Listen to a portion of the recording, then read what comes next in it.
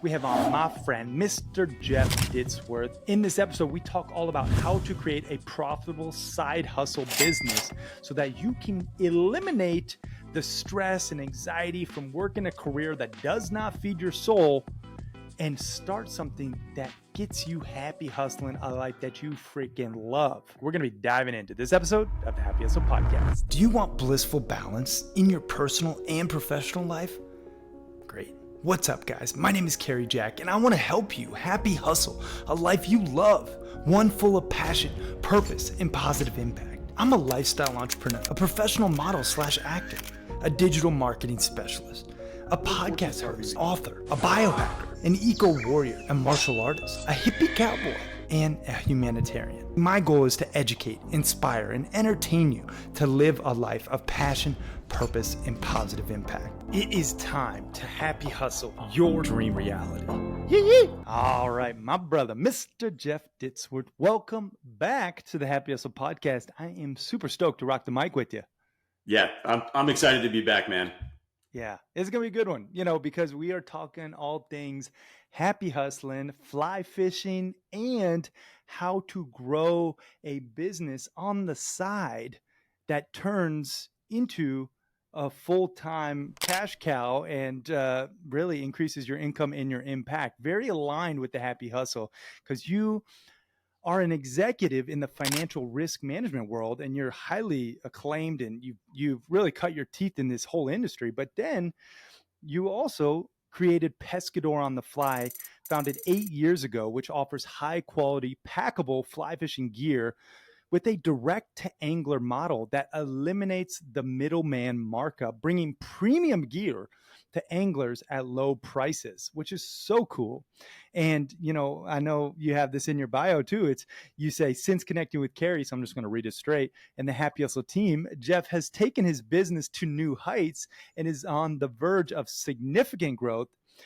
Thank you. Very kind words. And you're also got some really cool releases. You got the El Rey G6 coming out, which is the finest travel rod ever built, designed for anglers who want top performance without the bulk. And you have so many other cool products.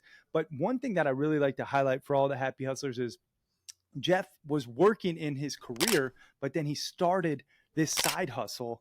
And now it's basically retiring him from his career and just full-time happy hustling in alignment. And that's what we're going to talk about, how to do just that for you out there. If you're in a career or maybe you have a side hustle already started, how to blow that thing up so that it just continues to, feed your family, but also your soul in the process. So lots of cool stuff here, Jeff. Before we get into all that good stuff, what is something interesting about yourself that not too many people know? Jeez, I don't know. Something interesting. I actually jumped back in probably 4 years ago into playing tennis. So I play tennis probably 4 or 5 days a week now. Let's go. Great social network of people, tons of fun. I network a lot on the tennis court where like a lot of guys do it on the golf course, but it doesn't take me 5 hours. So it's kind of like a time management exercise thing. But yeah, I play a ton of tennis. Nice. That is a sport I haven't got into. I've done it. So if you keep playing soccer, you're going to fall down the rabbit hole that I did, and you're going to break your ankle worse than you did a few years ago. Yeah, already late. But I gave up soccer at 40 when I broke my ankle. So then I got back into tennis, and oddly enough, nobody's taken me out and broken my ankle playing tennis yet, which is good. Yeah, fair enough. I feel like, there's definitely some things as you age that you have to be very intentional, like risk mitigation has to be top of mind. There you go. As my other hat, my day job, if you will. Yeah. On the risk management side. Right. Maybe getting older, I get a little bit wiser too. Yeah, exactly. Maybe. Well, let's talk a little bit about your story. Usually I don't like to get too much into backstory because, it's out there on the web. People can always search you, your bio, etc. But I think for this, I'd love to talk about first, I heard of Jeff on our friend John Lee Dumas's podcast, Entrepreneurs on Fire. And I was like, oh my goodness, I got to meet Jeff. Now, fast forward, we became friends. We've collabed in many capacities with the Happy Hustle. You've been on Happy Hustle Masterminds. And we also get all our Happy Hustle Club Mastermind members a Pescador on the fly rod reel kit combo to take with them into the backcountry wilderness. So it's been a part of our whole brand in a sense. And so I'm very passionate about the rods, the combos, the quality, and just what you've created. Also, I love fly fishing. I think it's one of the best moving meditations that one can do, especially as a high performer, because we're constantly going, our minds are like just oftentimes noisy. And when you get out in the wilderness, one thing that you say that I quote you on is trout don't live in ugly places, right? Pretty sure somebody else said that before me, but fair enough. Yeah, I do say that a lot. I give you credit. I heard it from you. Anyway, the point is, man, you created a business that it's inspiring, I think, for a lot of people out there who are doing something that they aren't super pumped about, right? Which studies show 3 out of every 4 employees are disengaged and unhappy with their work. So I think there's a majority of people aren't super stoked. So I want to talk about how you actually created this passion project into a viable business. So give us a little bit of context on the story behind Pescador on the Fly. Yeah, I'll hit that in a second. I want to hit just real quick. Yeah. Why I think fly fishing is so amazing for entrepreneurs and high performers is that in my opinion, what makes fly fishing so interesting is that there's so many little moving parts and little details that you got to pay attention to. It's impossible to think about other stuff. Yeah, it's true. So this is like, you hear that the best thing about surfing is that you have to be present and in the moment. This is kind of the same thing, but you have to hit all 7, 8 of these little details at one time. I can't think about work. I can't think about my problems. I can't think about anything if I'm doing this right. So I think that's what makes fly fishing particularly like meditative almost, where you can actually zone out and get your peace in nature. Yeah. And that's one of the things I think that we all need more of. Yeah. Yeah, it's so true. I mean, you have to be present in the fly fishing arena. When you're in there and you're like in the stream, or you're, on a drift boat and you got to hit a pocket hole and you only got a short minute or second truly to do it, or you're constantly striving for that perfect cast, never really achieving it, It's like this great metaphor for life of just being in the moment and present. So I love that you hit that. Yeah. So you refocus me back to like the origin story, I guess. Yeah, please. Is that where you want to go? Yeah. Give it to us. Yeah. So, I mean, the origin story was I grew up fly fishing. My dad and then my grandfather basically taught me to fly fish. And back in the day, and I grew up in Iowa, which is not known for like, beautiful mountain streams and whatnot, but we'd fly fish at lakes. We'd fly fish for bluegills and panfish and bass at a lake. And then we camped a ton. So we'd go out west and learn how to fish for trout and that kind of stuff. So it's like the whole concept of using a fly rod for me was like, okay, this is a cool way to do this fishing game. So I fly fish for everything, anywhere. Where it got to a point where probably 10 years ago, I'd be out with my dad and he'd be like, okay, we're going to go bass fishing on the lake he lived on. And he'd be like, are you going to like normal fish or are you going to fly fish? I'd be like, Dad, I'm using a fly rod. And he's just like, you're not, but just how I am. So I was in my early 20s and I had a gig where I was an executive for an insurance company, and I was traveling all over the country, kind of like educating, mentoring, training financial professionals on specific things. And I would bring a fly rod with me. And, if I'm going to Georgia, I might be throwing a fly rod in the Marriott pond and in like the parking lot. And I was like, I don't care. I'm just out here. This is great. Right. And back then I was bringing like a normal fly rod, which is generally a 4-piece fly rod and a 32-inch tube. And, you're running through the airport with your carry-on bags with this giant tube and it's sticking out and you're like dropping stuff and suit and tie back then. It's like, there's got to be a better way. And I started looking in the market to see if there's anything better. And I found these 7-piece rods and I'm like, oh my God, this is the answer, right? And I get one and I'm like, here we go. And I get out there and I'm throwing this thing and I was like, this thing sucks. This is like a telephone pole. It's stiff. It's heavy. I'm like, this is awful. And I'm just like, I don't know. So I just stopped bringing one with me because I thought my answer was there and it was gone. And probably, I guess 2012, 2013, 2014, I started thinking, what would it be like if I started a business on the side, and what could I do? And I went back to my old problem is like, I don't think a good travel rod exists in the market.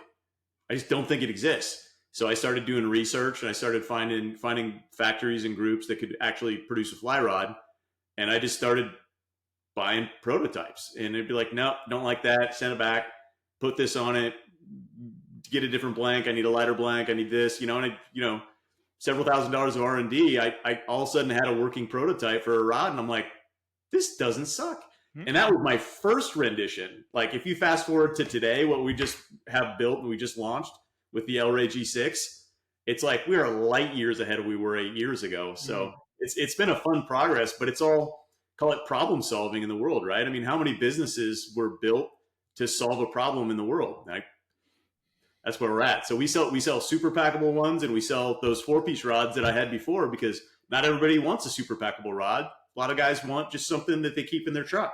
Yep. So we sell those too. But since we go direct to the angler, it's like I can bring a much higher quality rod, because I've always been a gear guy, and I've always wanted like really nice stuff.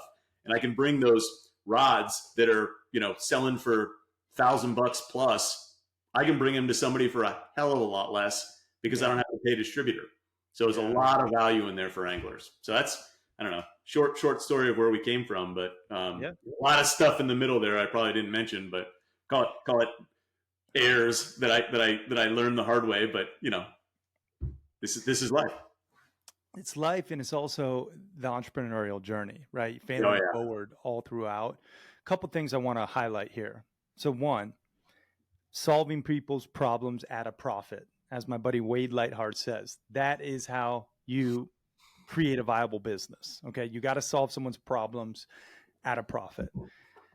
If not, you're going to be out of business. If not, you won't have customers. If it's not a deep enough pain point, it won't work. So first and foremost, if you're looking to start a side hustle, you got to think about, what problem do you feel passionate enough about to dedicate at least 5 years, typically. Like, that's when I just, if you're not willing to commit 5 years, don't even start it. I don't think, maybe people would disagree, but I think you have to commit. Like, maybe there's a couple overnight successes out there that hit it on TikTok, dancing cats videos, and they sell a cat food or something. I don't know.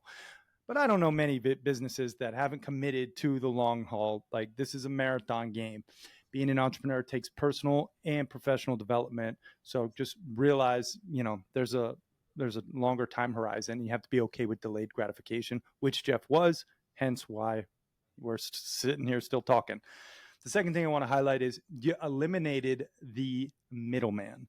The middleman in every industry is like a little leech. It's and speaking of fishing, I'm not a fan of middlemen in pretty much any capacity. I know we have to have them in some industries, but there's people who just they just skim off the top. That's just like, I just bought a new house with my wife. How many freaking middlemen were in this transaction? It blows my mind. The stupid, like, a complexity that once was, here's a handshake. Here's a handshake, bill of sale. You bought a new house back in the day. It just changed hands. Now we got all these middlemen leeching off this transaction, and it's frustrating. Anyway. It's frustrating. I think what's interesting is that, they're not all leeches, right? There's some damn good middlemen out there, and there's some good people out there that are running legitimate businesses. Yeah. What I think we do is we offer people a choice. So like, let's hit fly rods, right? Yeah. So fly rods in general, 30 years ago, if you're going to buy a fly rod, you had to go to a store, you had to drive to it, and you had to talk to somebody who was probably getting free gear from the fly rod company for what they recommend, right? And then they get paid a piece of it, commission, if you will, right? There's nothing wrong with that. There are certain people that want to go and touch 9 different fly rods and be like, listen, I want your best advice. Some of it could be biased. Some of it could be ridiculously genuine. I'm not here to judge, but if you would have told me 12 years ago that I was going to be buying 100% of my shoes online right now versus in a shoe store, I would have told you you're nuts. Yeah. Yet here we are. I don't need a shoe salesman to help me try on shoes anymore, right? So if I do my own homework and there's a pretty big chunk of the market that think like me, that say, listen, I want a 9-foot 5-weight fly rod, and I want a good high quality one. I'm going to go, I'm going to read reviews. I'm going to check it out and be like, listen, this one sounds good. Yeah. It's a hell of a lot less expensive than if I go buy it in a store. This is a good value. I like this. Yeah. I think what we're doing is we're bringing a choice versus the requirement to go to this physical store and get advice that may or may not be biased. Yeah. It's a great point. Yeah. And I don't want to go on a tangent against middlemen. You're right. There are some good middlemen out there, but I will say, if you're creating a business and you want to eliminate the fat, and find opportunity, look to where there's inefficiency in a supply chain, right? And that's exactly where we went, right? So go back and take that $1,000 fly rod. Yeah. We make $1,000 fly rods too, but they only cost you $600 because I'm not paying somebody $300 or $400 to tell you that it's good. Right. Right. That's a pretty damn big savings. Right. And the one there are companies that go direct to the angler. Yeah. And they keep a profit margin that's like ridiculously high.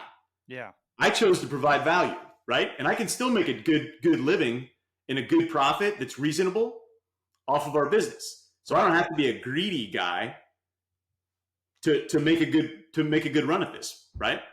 Exactly. And so one thing too that I want to highlight is, if you go on pescadoronthefly.com, shameless plug, he also has fly fishing packs, flies, accessories. So a lot of these fly companies, they just do one thing. And it's not like the full Monty where you get everything you need to go fishing. So when your kits arrive for our masterminds, I love that everything's there. The line, the flies, the fly box, the damn, clippers, you name it, right? And so when you're creating a business, I want to just, again, keep it a little bit general for people out there who are happy hustling and they want to create a side hustle, because I think you've been able to do that so well. The point that I want to echo here is, it's not just better margins and a better product and a more efficient kind of buying process online, right? It's also, you get more bang for your buck with all this stuff, and I think people, like human nature, they want a deal. Everyone wants a deal. And so when you give them a deal at a better price and it's a quality product, you win. So that's just a little bit when it comes to my perspective on, Pescador on the Fly and some of the reasons it wins. There's many others. I'm curious, you mentioned some of your mistakes, when it comes to setting up like an e-com business, because yours is it's a e-com, right? It's 100% online. 100% online. D2C. Yeah. I got like two guys that actually call me and they require me to like place their orders for them online. And it makes me nervous every time I do it. They're older guys, but it's like, I can figure it out, but I don't like doing it, but like, yeah. Online. That's it. Online.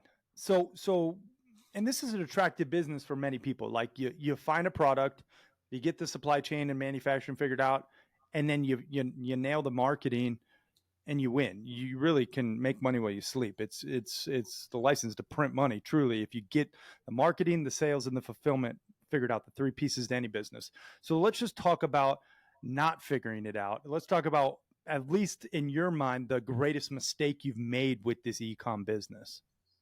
I think honestly, I've learned so much by trial and error that it's been funny. Like, I would say probably think about this a little bit. Like if you go and you start a business, the amount of solicitations for people that are there to help you is insane. Oh yeah. From like, think about how many junk emails do you get every single day trying to optimize your SEO. Dude, I get it. You know what I mean? Like that one's like, these people are the most persistent people on the planet. Like if we could hire some of these people to cold call for us or something, it'd be like, wow. But wait till you get a podcast, Jeff. Yeah. No, so you know what I mean though. But like, so at the beginning, I might have been a little bit more like, yeah, this is all right. I'll take this call or whatever. And I wasted so much time trying to figure out if this was the magic bullet, if this is the magic bullet. And you nailed it earlier. there is no magic bullet for the most part. 99.9999% people do not hit that magic bullet or TikTok video, and it just, I don't know, it doesn't exist. It's like, go back to some of the most famous investors in the history of mankind say, I don't have a get rich quick scheme, but I got a get rich like long scheme. It's going to work. So we're going to do this. We're going to do this consistently over days, weeks, months, years. And it's amazing how it multiplies and multiplies and multiplies. It's the Darren Hardy compound effect, that if you do the right things over and over and over and over and over, it's going to happen. So I think I had to learn to get more disciplined with what I look at and what I don't look at. I mean, I'm a nice guy, right? I'm from Iowa. So like at the beginning, when people were getting me all these solicitations, I'd take the phone calls. I'd answer the emails. I'm just like, what is wrong? It's like, just move this over here. This is mindless rubbish. And it's, so I think that like trying to vet everything that doesn't need vetted was a big waste of time. But I also spent probably tens of thousands of dollars on crap that didn't work too. Yeah. So, I would say, I'll give you another plug. And again, anytime you get a plug from me, it's legit. I don't make stuff up. I don't sugarcoat things. I'm very, very direct. But like legitimately, the referrals that you've given me through the Happy Hustle Network have all been vetted, and they've all been ridiculously high quality people. Well, thank you, bro. So when I get, and you and I just have a conversation like every now and again, and I tell you what's going on in my world and what I'm thinking about, you almost always have somebody that you have, or multiple somebodies. You say, listen, I want you to talk to this guy because I think he can solve your problem, or just listen to it. And every one of those referrals has been ridiculously good. So thank you. I think that's a plug for the network. That, I mean, I'm a believer in it because I've experienced it. Wow. Hey, I received that greatly, and just, to everyone out there, like, your network, I know it's cliche AF, but it's equal to your net worth, oftentimes. And you have to think about that, right? Like, who is in your network? And I like to put them in categories, in terms of, okay, is this a 5-second friend, a 5-minute friend, a 5-hour friend, a 5-day friend, a 5-week friend, 5-year friend, in terms of like how often I want to interface with them, how often I should be interfacing them. And also, I always look, when I'm building my network, this is just a pro tip, how can I add value first and foremost with zero, like, law of reciprocity at play in my mind. Now, I know it happens because karma circulates. However, if you could think about, well, what could I do to serve this person? Then you just do the damn thing. And then on the back end, it usually pans out well. So that's just pro tip in terms of network building. Another way to phrase that, in my day job in the risk management side for our company, we have a phrase that we use every single day, and is that relationships are like a bank account. You have to make deposits before you can make withdrawals. I love that. Give, and then everything else in the world is going to work out. You give value, you provide value first. You always go first, and it's always going to come back to you in the large scheme of things. Yeah. Amen, brother. Yeah. Relationship capital, like, it's your most precious commodity. We just had an entrepreneur on, Rich Christensen, amazing human. Shout out to him. 51 businesses the guy's had, 51, and 5 sons, thriving marriage, all the things, like, real happy hustler. And the cool thing about him is he was echoing exactly what you just said, which is relationship capital over everything, and being selective when you spend it, right? So it's not your mentor, who you value at the highest of your relationships, doesn't hear all of your ideas. They don't hear even a half of your ideas. They only hear the fraction that gets vetted, that gets proven, and that needs fire or gasoline to create a bigger fire, right? So then it's being specific with it. Anyway, let's talk about balancing, this side hustle, because I believe balance equals happiness. This is, our whole problem that we solve at the Happy Hustle is imbalance, oftentimes for high performing entrepreneurs, right? And we have our whole soul mapping system. You're familiar. However, we have this whole system to create blissful balance personally and professionally. And I know when you have a career that's busy, you have family, you got kids, you got a wife or a husband, right? You're busy personally and professionally. Then you throw in a freaking side hustle. Talk to us about how you've been able to balance it. What's that look like? Are you working, in your off hours? Are you sleeping less? How have you been able to manage your time to do it all? Yeah, I mean, I don't know. There's a lot of these things from your system that you've taught me, right? And I've enhanced my own processes. But I think like the sum of our success is built in our daily habits, right? And you gotta schedule what you prioritize. I'm a huge time blocker, like ridiculously scheduled. Well, not scheduled, but there's certain things that are part of my habits, right? And I always try to make sure that these things are always hitting. So I'm an early riser. I don't watch the news. I I pay almost no attention to the news because, like, if I want to hear a bunch of really really bad news, I could go and watch the Merchants of Doom, and they could tell me what I should worry about. But generally, none of it affects me, so I don't pay any attention to it. Do you know who won the president, though? I do know. I do know who won that one. Okay, good. Not because I looked it up, because somebody told me. Fair. Yeah. Right. So yeah. So it's like, but honestly, you think about some people that go through life like consuming all this stuff that's unnecessary. So that's one of them. And that's a huge time saver. But you got to schedule your health first. Whoa. Apologies for interrupting your programming. But I have to tell you, the best investment you can make in yourself is one in which helps you acquire skills. You've probably heard people talk about, just invest in yourself and you'll be successful. Yes, that's true to a degree, but you have to invest in skills that will ultimately help you achieve your desired results. And I think one of the best skills one can possess, be it an entrepreneur or an aspiring entrepreneur, is the sales sword. Really knowing how to sell, utilizing pressure-free persuasion, which will make you more money and more impact. Now, if you want to know how to sell more efficiently and effectively, I just launched a sales course called The Proven Roadmap Process to Selling Millions of Dollars and helping you to increase your conversions guaranteed. And you can get access to this new sales course that the Happy Hustle is launching at thehappyhustle.com/sales. And if you act fast, you'll get it at the lowest price it'll ever be available, because we are launching it and we want to gain amazing testimonials and social proof to further share this knowledge. So if you act fast, you can get it at the lowest price it'll ever be. That's at thehappyhustle.com/sales. Now let's get back to this episode. My wife taught me that sleep that a while back is like probably the most like important thing. So I've been doing great at that. I feel awesome. Like everyone's sleep well, but what happens when you wake up at 4 a.m. and you got too many things in your mind, then you get up and read a book, right? But it is what it is. So making sure that I'm exercising, health, and all that stuff that comes first.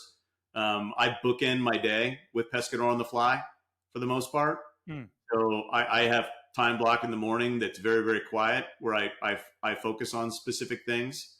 I'm a big believer in what I call productivity intervals. So I'll block like a certain amount of these for various tasks, which is the 90-minute block. And I zone out the world and call it single tasking, if you will. I got one problem I need to work on and I'm going to work on it till it's done. Usually I can get damn near anything done in 90 minutes. Yeah. Right. And so it's that ridiculous focus on that. But I look at my calendar and it all makes sense to me. And if I want to do meetings, I do meetings. If I don't want to do meetings, I don't do meetings. And it is what it is.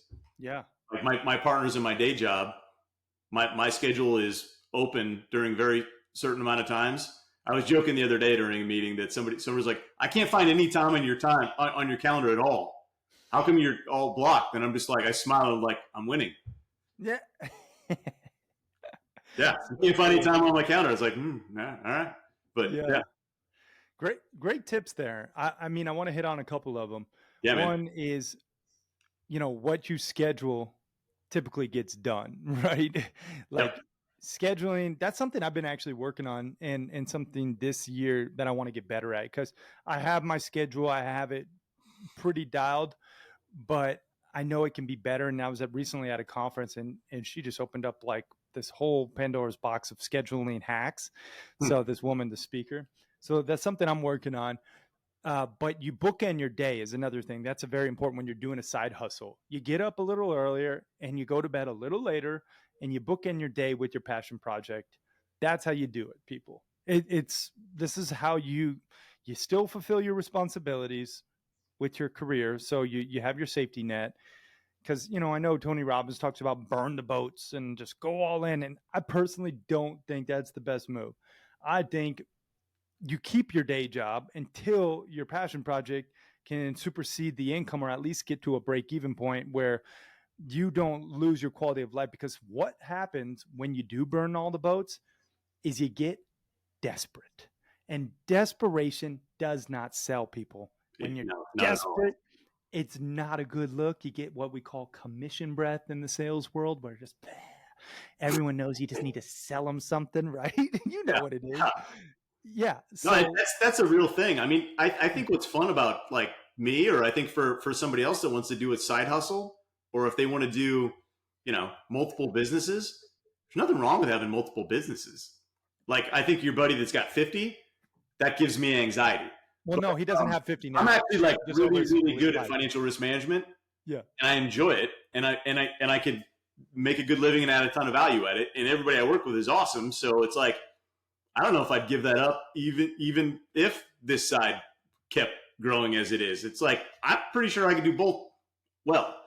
Yeah. If I had 48 more of them, I'm sure something's going to go wrong, but that's not my world. Well, here's the thing. Rory Vaden, shout out to him and Brand Builders Group. He says this quote, and again, I've said it on the pod before, but I'm going to say it again because it's so damn important. When you have diluted focus, you get diluted results. That's it. When you have diluted focus, you get diluted results. So if you want to really crush it with your passion project, like, don't start 30 or 51 like Rich. He did that over his lifetime, by the way. He's an fair enough. Yeah, fair enough. But you need to focus. All right, this is my passion project, and then I'm doing my day job, and that's it. Like, those are the things. I'm not trading crypto on the side and focusing on, what Bitcoin's doing every day. Like, I need to focus, and I need to get her done. Right. That's, I think, been so pivotal for me. Also, eliminating the fat, speaking of trimming the middleman fat, the fat in your own business, and focusing on your MVP, your most valuable product, right? And I think a lot of people have too many products, too many SKUs, too many things, and it doesn't work well when it comes to marketing efforts. I know, speaking of King products, you have a new product, your new MVP. Talk to us a little bit about this innovation. Yeah, I mean, so I've been working on this, perfecting the travel rod, perfecting like the nicest rod out there. And our middle line rod is El Jefe, which means the boss. You fish that one, you have it. Oh yeah. Great rod, right? This next one, I've been trying to level that one up, as we're always trying to come up with it. And I found a ridiculously great factory that makes rods for some of the biggest brands out there. And took me about a year and a half, 2 years to build prototypes with them and just talk to them and learn more about them. And we've got one out there called El Rey, which means the king. And I've got two versions of it. One is the G6, which is the travel rod, the 6-section rod. Then I got the G4, which will be 4 sections. That's coming out too. But never fly without your G6, man. It's got a carbon tube. You see a couple of the carbon tubes in the background right here. Oh, yeah. They're so cool looking. But like this rod, everybody that's had this in their hands, they've just been like, this thing, the accuracy in casting, it's so light. It's incredible. So it doesn't feel like a multi-section rod. It just feels like an insane tool. So that's been super, super fun. So like building up to our launch of that, which we were just kind of like slowly rolling it out right now, has been super fun. But we just got featured in Fly Fisherman Magazine's Gear Guide for 2025. Which is we're stoked on that. It's super fun, and we're talking to some other groups too that have heard about it organically and said we want to check this thing out. So I'm pretty excited about that. Gosh, that's so cool to hear, like the iteration and evolution of Pescador on the fly, and specifically with this new product. Like, that's what happens, folks. When you launch a side hustle, your first rod, I'm sure you're not that proud of, right? Your first product, typically, they say with your website or with any offer, truly, if you're not embarrassed by your first iteration, you waited too long to launch it. Probably And valid. Yeah, our first rod was still better than anything on the market, yeah, but I wasn't done. It's like right. I want this thing to cast like $1,000 rod. Yeah, If I have it yet, it's better than anything out there, but that doesn't mean it's $1,000 casting rod. right. Now we got it. So Yeah. And but again, I just want to mention this is the evolution of a side hustle, yeah, of a business. You start with something, you iterate, you evolve, you listen to customer feedback. This is how it works, people. So, yeah. with that, I just want to kind of get some advice from you. Like, when you're talking to someone who maybe wants to start a business in their zone of genius or their passion, area of interest, will you, like, what would you say to someone out there who's interested in doing kind of what you've done and starting this passion project on the side? Any kind of words of wisdom, will you? I mean, I think there's a couple different things you can think about on this one, and I don't know. This is kind of a tough question because I just kind of rewind the clock a little bit and I think about everything that I went through. Positive, negative, neutral, whatever. I read tons of books, Mm, marketing, website build, like all this crap. I did all this stuff myself, right? Because I bootstrapped this thing. I didn't borrow a dime to build this company. yeah. So Yeah. it's been pretty funny. I own nothing. I have no debt, which is still awesome on it. Awesome. So that's not everybody's path, right? Some Right. people might need to borrow some money to put it out there, but I'd say that if I wanted to give advice on somebody to do like the way we did it, I like the fact because it's lower risk to not borrow money. I think it's starting small makes a lot of sense because the fact is, like you said a second ago, your first rendition might fall flat on its face. It in whatever your product is, it doesn't have to be perfect to launch. I think that's Mm, actually really important. Getting it out there is important, and then letting the market give you feedback is important. But there's so many little things that you gotta figure out. You gotta figure out the supply chain. If it's a physical product, where's it going to get made? How are you going to get it? How are you going to distribute it? Where is it going to distribute? Like whether it be like direct to the consumer, if you're going to sell through businesses, there's like so many different ways to do it. But I think my biggest advice is make sure that you have a good network of people where you can run some of these ideas past. Don't use people, but obviously we all have some sort of advice that we could share and mm, enhance other relationships too. So use what you have. You don't have to pay everybody, but you're probably going to have to hire some people, right? yeah. But make sure that those people you hire are vetted. I think that's pretty big advice. I hired a few companies that promised they could do something, and you're like, all right, there goes 15 grand. That was a tuition payment, if you will. So Yeah. yeah, we all make Yeah. tuition payments, man. Yeah. Exactly. I mean, this is kind of the pitfalls of entrepreneurship. You want to take people at face value and trust their word, but Yeah, you yeah. realize not everybody does what they say they're going to do. Mm-hmm. So you do need to be well versed in business enough. Like Jeff said, he's reading books on marketing, on sales, on fulfillment, on all the things, so that you have enough baseline knowledge to at least call bullshit on Yeah, you got to somebody. have a good bullshit detector for sure. Yeah, Right. And not only just bullshit, but also being able to properly delegate. Like when I had my yeah. tech company in New York City, like I had to learn enough code that I could delegate to our coders. Okay. Or And at be able to least speak to speak them. the language. Yeah, Right. Because I'm not going to sit there and learn how to, do Ruby on Rails completely, but I need to at least know Python, JavaScript, the different what's out there, the ones and zeros, and how it all works together. Like this stuff's important. And so you got to do the work. And I just want to say this to everybody out there, like, business, it's a biatch, yes, but it's also the path to freedom. big time. It really is. I look at a small business, and again, I'm in the financial space, right? Um, I'm an investor. I believe in the stock market. I love the stock market.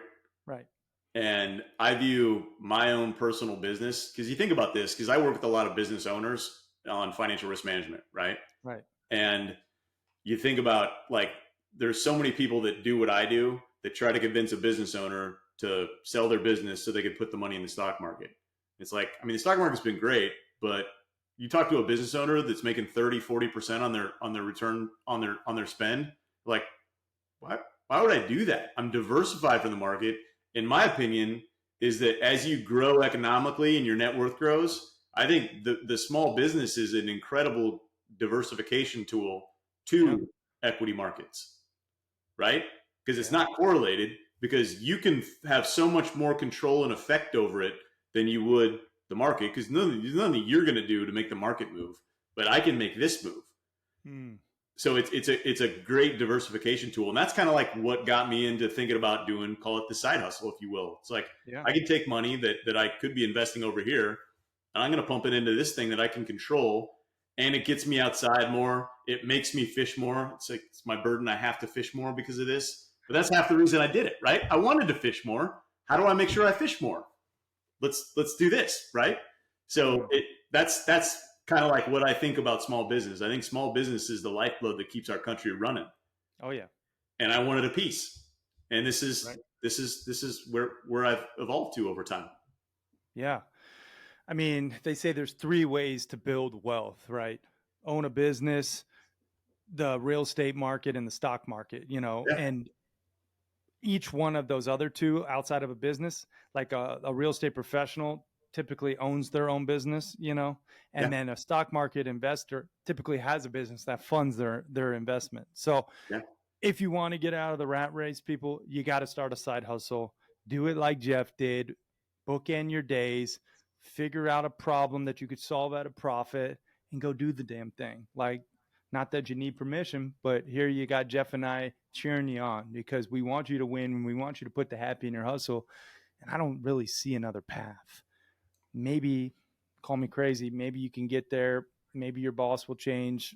Maybe the company, you can find one that's super aligned. But I don't know. I've never had a corporate job, and I don't ever plan to it. So I can't. I love reading your book, because there's so many things that you put in there where it's like, if you're an entrepreneur, generally speaking, you're doing one of the lines you had in your book that made me laugh. So I'm like, there's me. But it was like, I didn't really fit in, because everything that they did didn't make any sense, and I knew I could do it better. So I started doing it better, and they started getting pissed off about it. And it was just like, how many times have I done that in my career when I've worked for these bigger companies? Now I work for a privately held company, small company that I'm a partner in, so it's very, very different. But it's like, I did not fit into the biggest companies, because I'm like, why are you doing it that way? And they're like, because we always have. And I'm like, that doesn't make sense. So either you fit in there or you don't. I know I didn't, but. Yeah. And I don't, if you're listening to the show, you probably don't either. That's, our audience is aspiring entrepreneurs, people who are out there happy hustling their own dream reality. And like, they want to have that freedom, the 3 freedoms that everyone craves: creative, financial, and time freedom. Right. And that's what a side hustle can then manifest into creating for you. So you can do some pretty cool stuff, like I'm doing with my son right now. I have a 15-year-old son. And now I've got him involved in my business. And basically I was like, okay, listen, this is what we're going to do.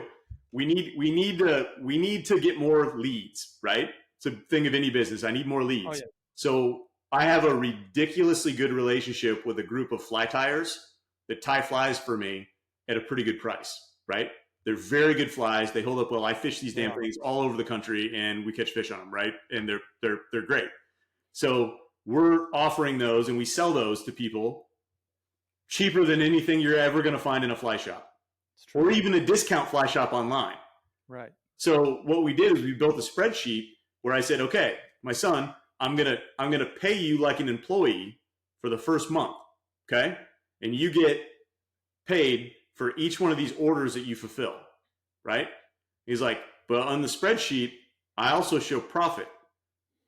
So after the first month, you get to make your choice of whether you want to be an employee or you want to be a business owner. And then you can invest your money back in this thing, and you can keep the profit.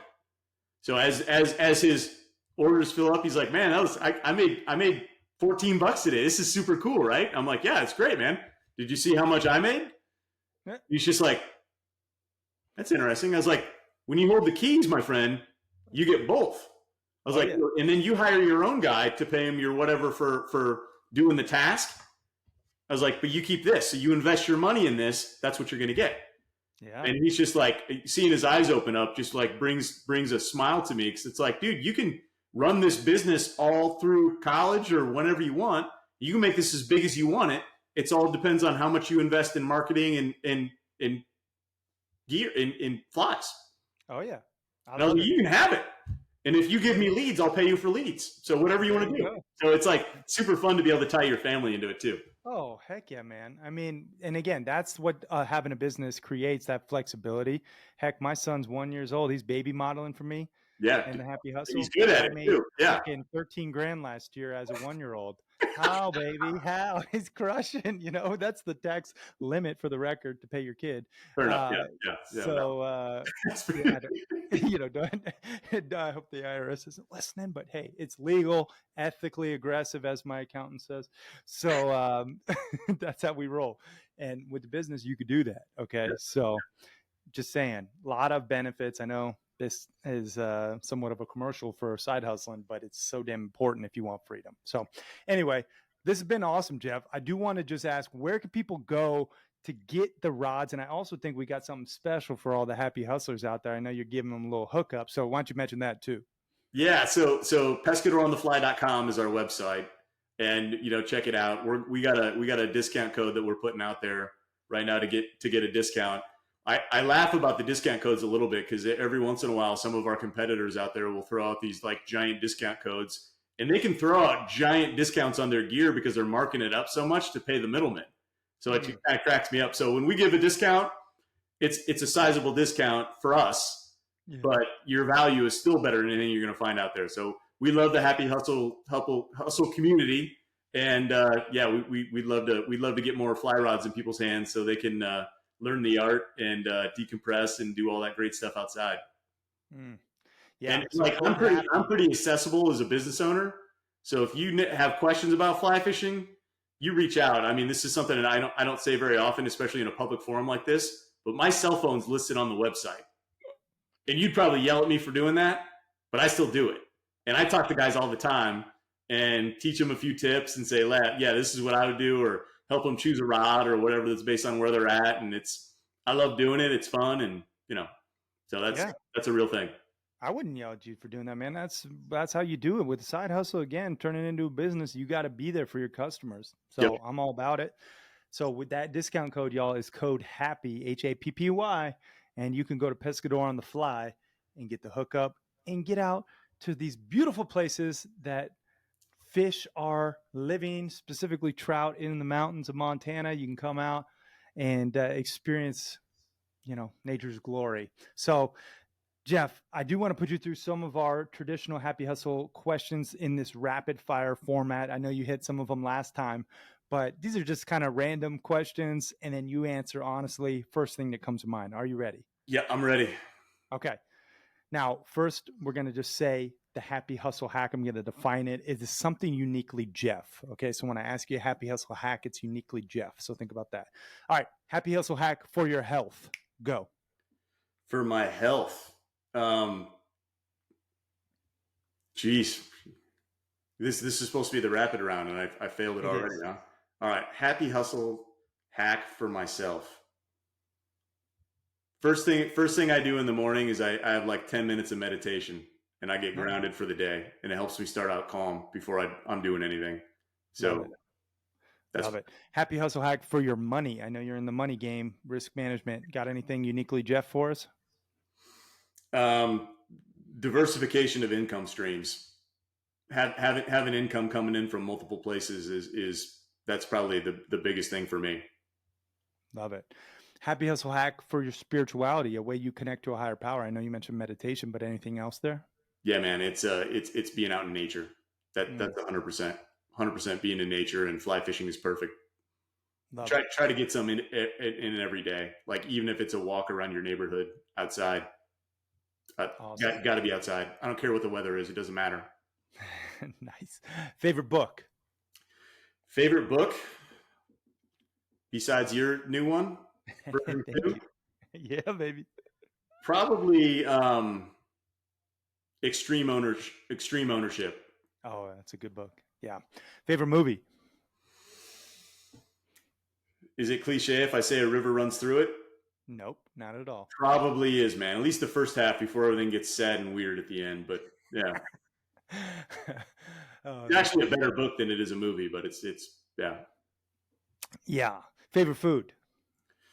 Favorite food: king crab legs. I don't eat that. Best business advice? Best business advice: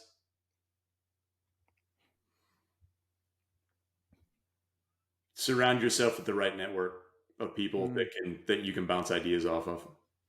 Love it. 3 things you're most grateful for today? I'm grateful for my wife and family. I'm grateful for my parents and what the lessons that they instilled in me.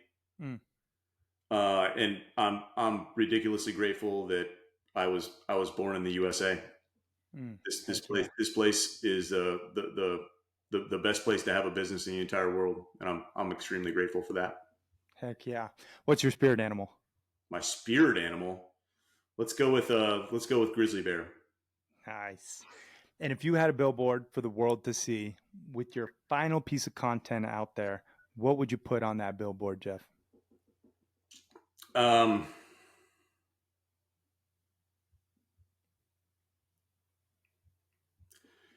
Being nice is free. Love that. Crush that rapid fire round, Jeff. Man, good work. And listen, brother, I just want to take a moment to acknowledge you just for sharing your love, your light, your wisdom, your Pescador on the Fly passion project that turned into this movement that's helping anglers all over the world save money, yet buy quality gear and get outside and enjoy the magic, the art, the essence of fly fishing. Again, I got to recommend it for all the high performers out there. It is a game changer, and Pescador on the Fly is the rod that I use every time I go. So I just got to say thank you for creating this company. Thank you for just being a friend. Thank you for supporting the Happy Hustle book launch. I know you bought 50 of them. I don't know what you did with them all, but I hope they went to some people's hands and they're enjoying them too. So they're going to some cool people, man. You'll meet a bunch of them, I'm sure. Heck yeah, man. Anyway, I just wanted to thank you. So appreciate you, bro. Nah, I appreciate you. Thanks so much. Yeah. Now, I do want to remind people the best place for them to connect with you, pescadoronthefly.com. You can check that out. But anywhere online where you're active personally?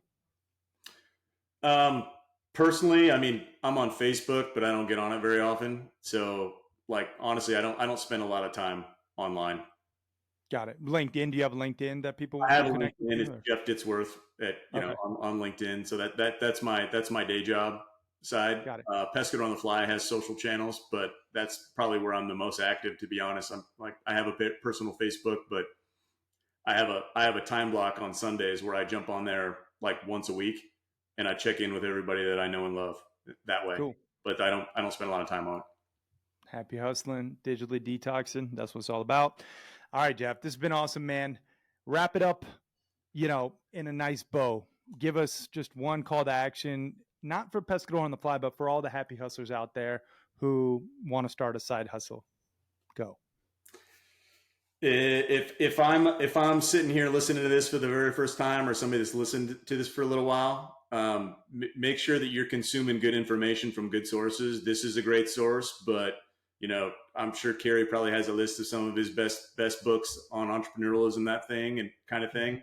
I mean, I'm like Extreme Ownership, The Compound Effect by Darren Hardy. I mentioned that one that I've probably read that one 25 times.